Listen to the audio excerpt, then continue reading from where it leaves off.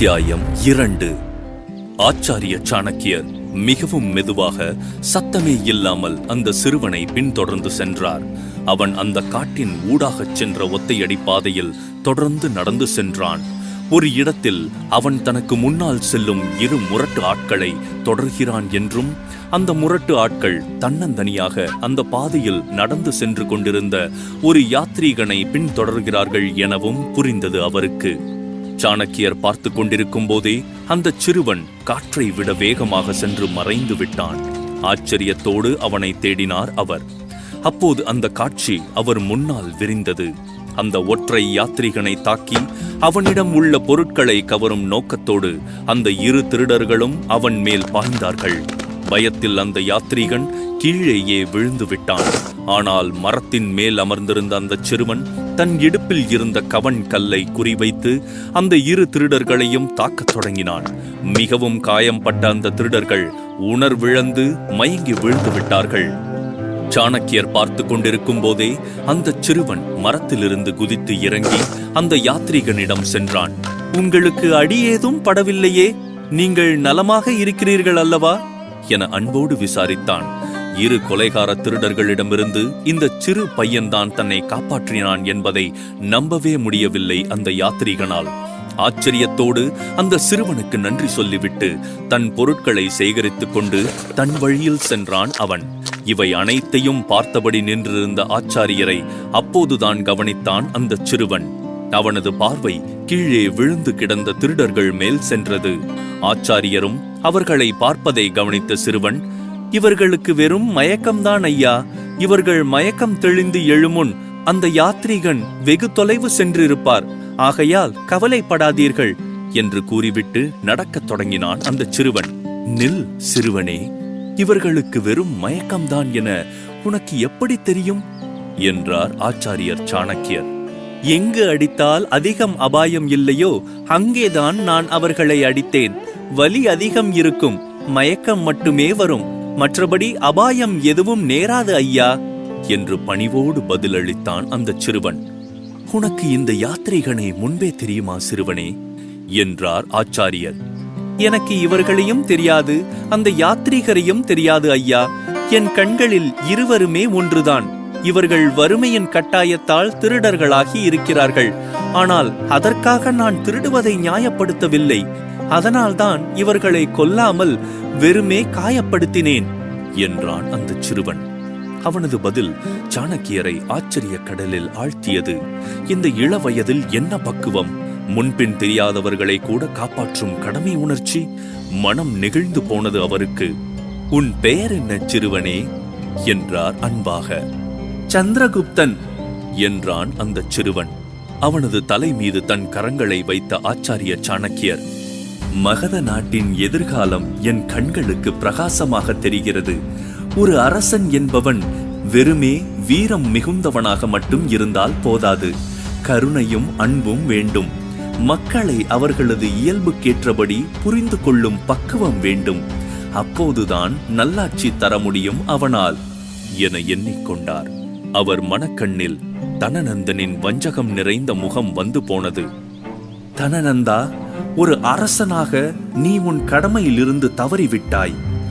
ஆனால் அதைவிட கொடுமையானது உன் அகங்காரத்தால் மகத நாட்டின் பெருமையை நீ மண்ணோடு மண்ணாக்கிவிட்டாய். இனி உனது நாட்கள் எண்ணப்படுகின்றன தனநந்தா. கூடிய விரைவில் உனது ரத்தம் ஆறு போல பாய்ந்து மகதத்தின் தெருக்களை கழுவப் போகிறது. எனது தேடல் நிறைவு பெற்றுவிட்டது. இருக்க தகுதியானவனை நான் கண்டுபிடித்து விட்டேன். இதோ இந்த சிறுவன் சந்திரகுப்தன் மகத நாட்டு அரியணையில் வீற்றிருக்கப் போகிறான்.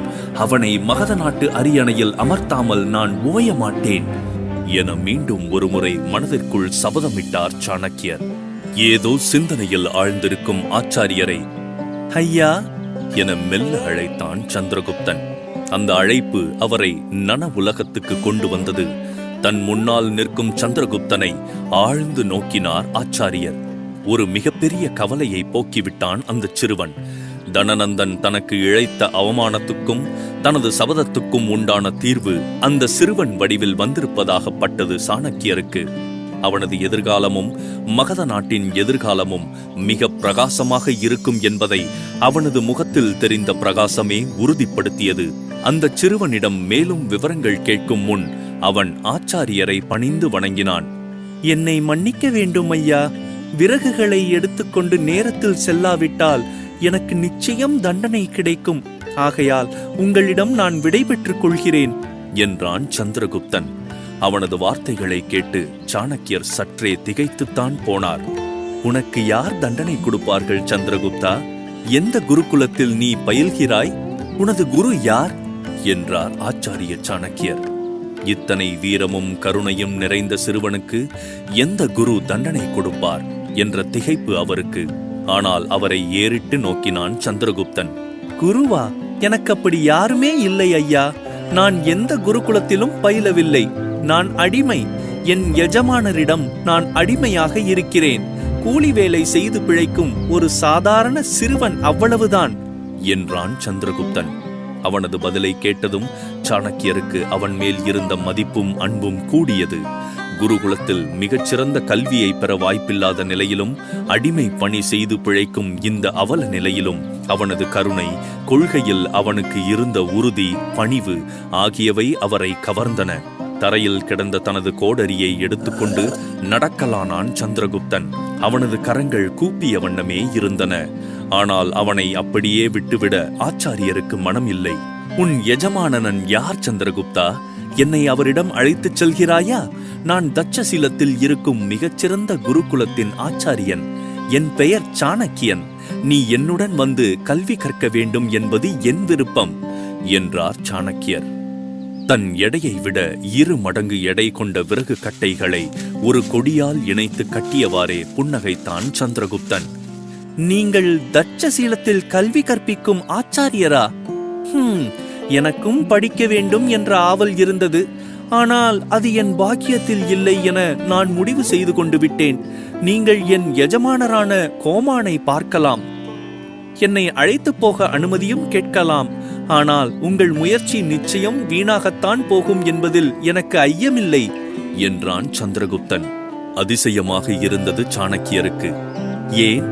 ஏன் என் முயற்சி வீண் என்கிறாய் என்றார். என் எஜமானர் கோமான் எளிதில் அடிமைகளை விடுவித்து விட மாட்டார் ஐயா.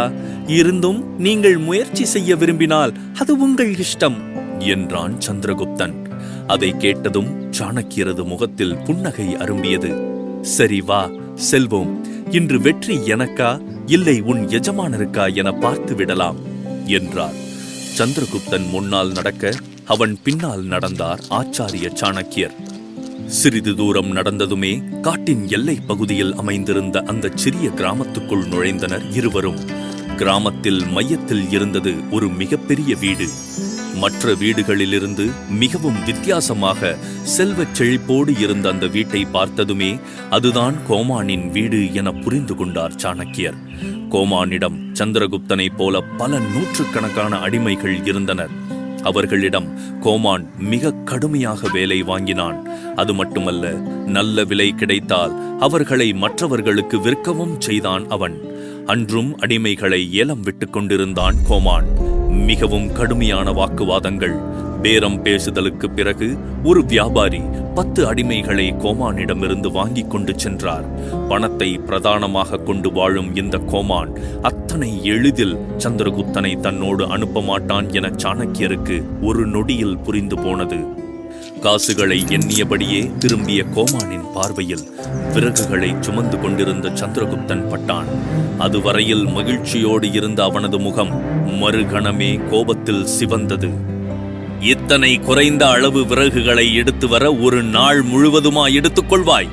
நாளைக்கு இதை போல 5 மடங்கு விறகு எடுத்து வந்தால்தான் உனக்கு சாப்பாடு. அதுவரையில் உனக்கு குடிக்க தண்ணீர் கூட கொடுக்க மாட்டேன் என்று கடுமையான குரலில் கத்தினான் கோமான். தனநந்தனுக்கு சற்றும் சளைத்தவன் இல்லை கோமான்.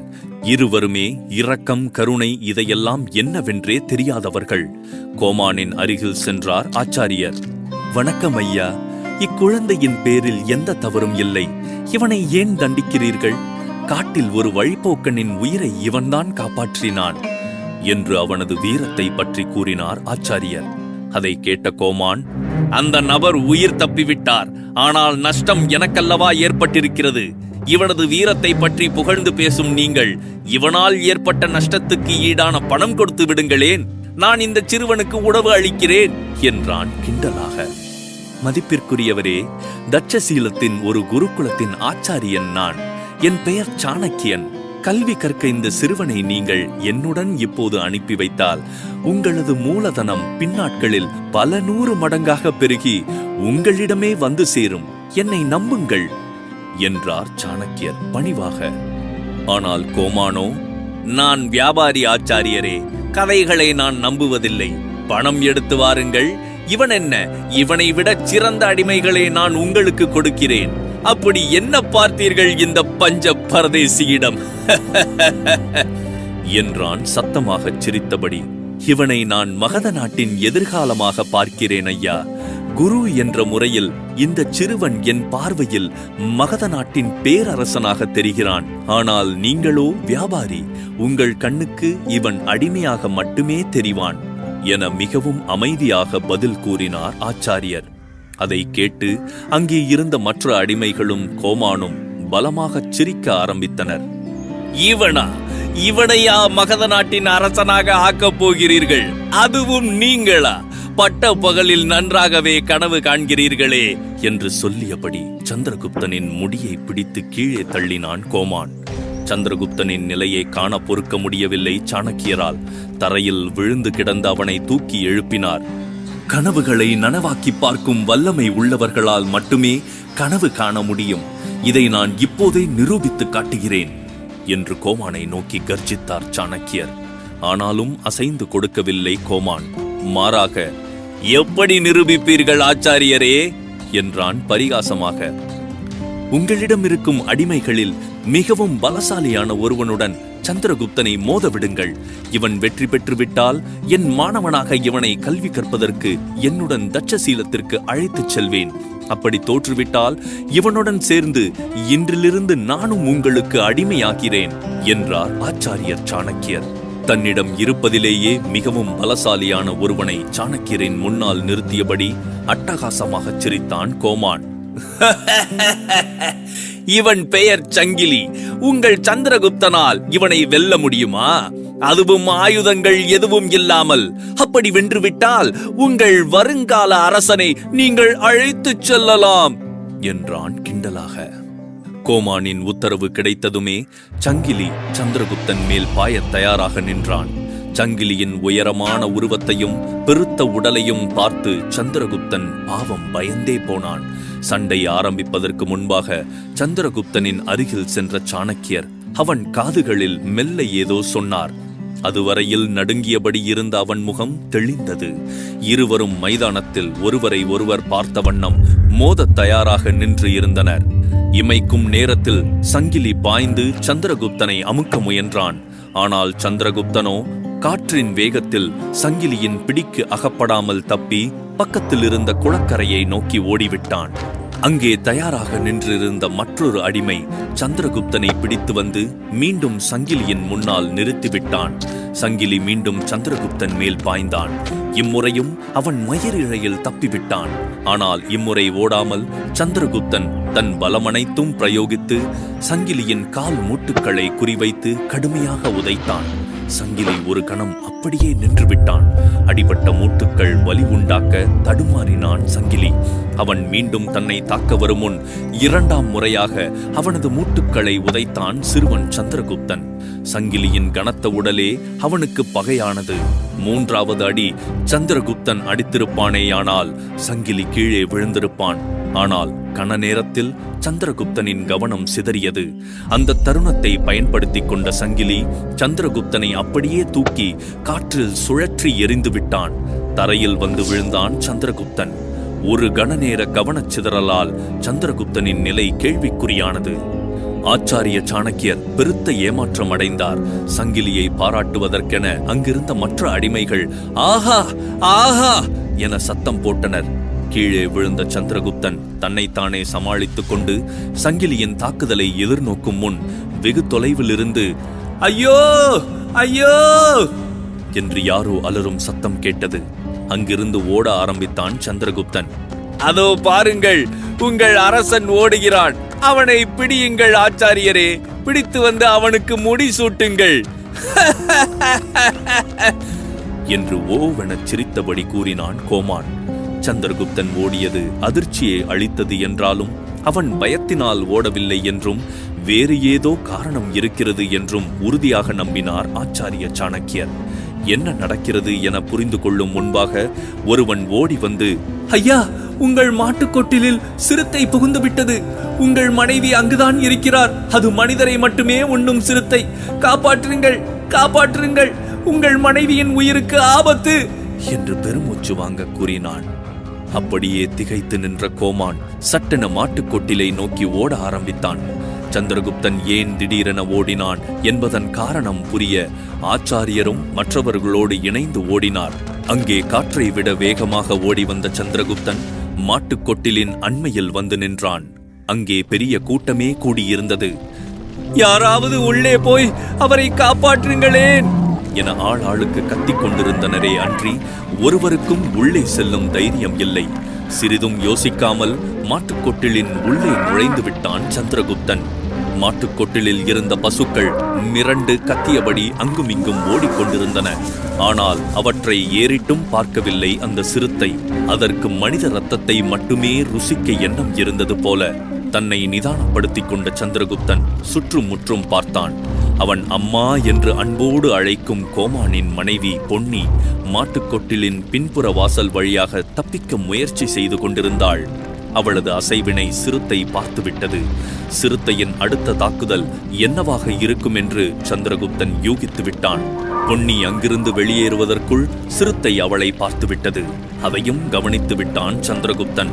தான் தாயாக நினைத்தவளின் உயிர் ஆபத்தில் இருக்கிறது. அது மட்டுமல்ல, அவரை காப்பாற்ற போதுமான அவகாசமும் இல்லை என உணர்ந்து கொண்டான். சட்டென அங்கு இருப்பதிலே மிகவும் கனமான மரக்கட்டை ஒன்றை எடுத்துக்கொண்டான் சந்திரகுப்தன். இரத்த வெறி கொண்ட சிறுத்தை பொன்னியின் மீது பாய்ந்தது.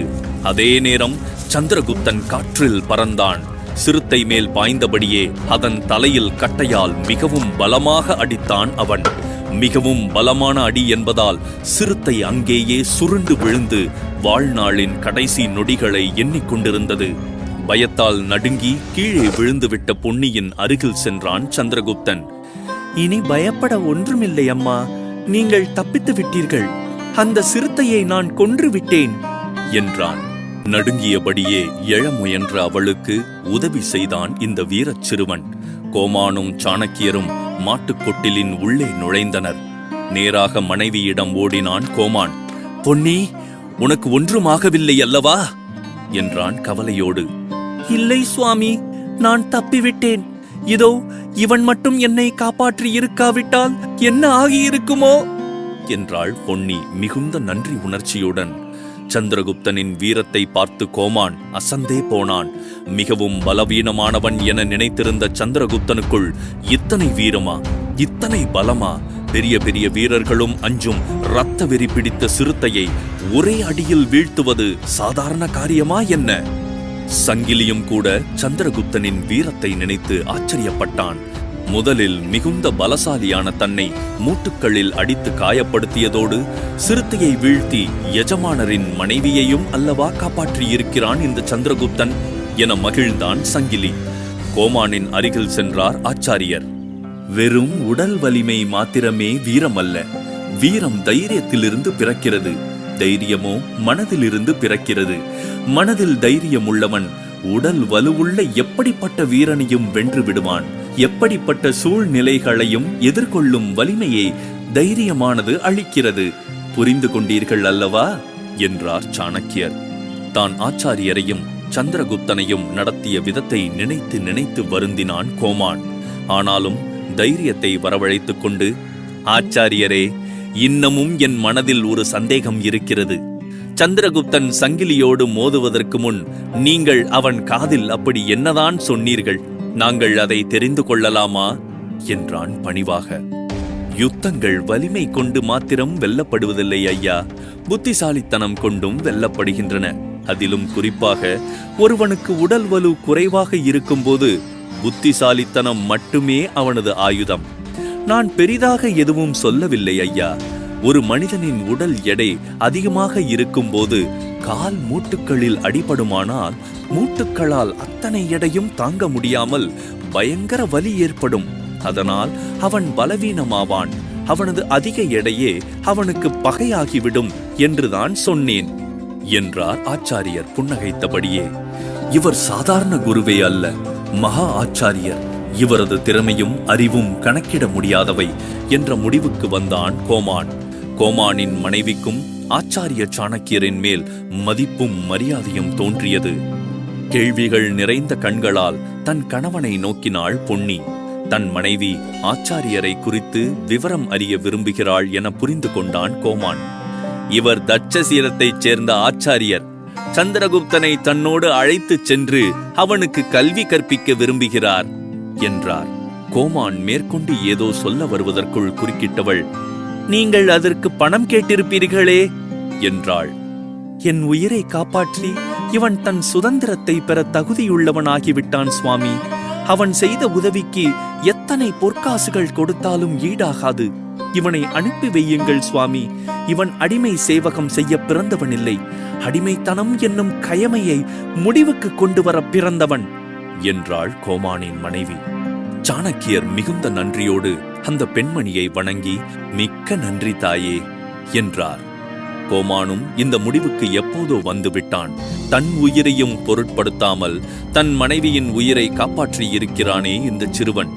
சாதாரண அடிமை சிறுவனாக இருந்த சந்திரகுப்தன் இன்று தங்களை விட்டுச் செல்ல போகிறான் என்றதும் கோமானின் மனம் உணர்ச்சி வசப்பட்டது.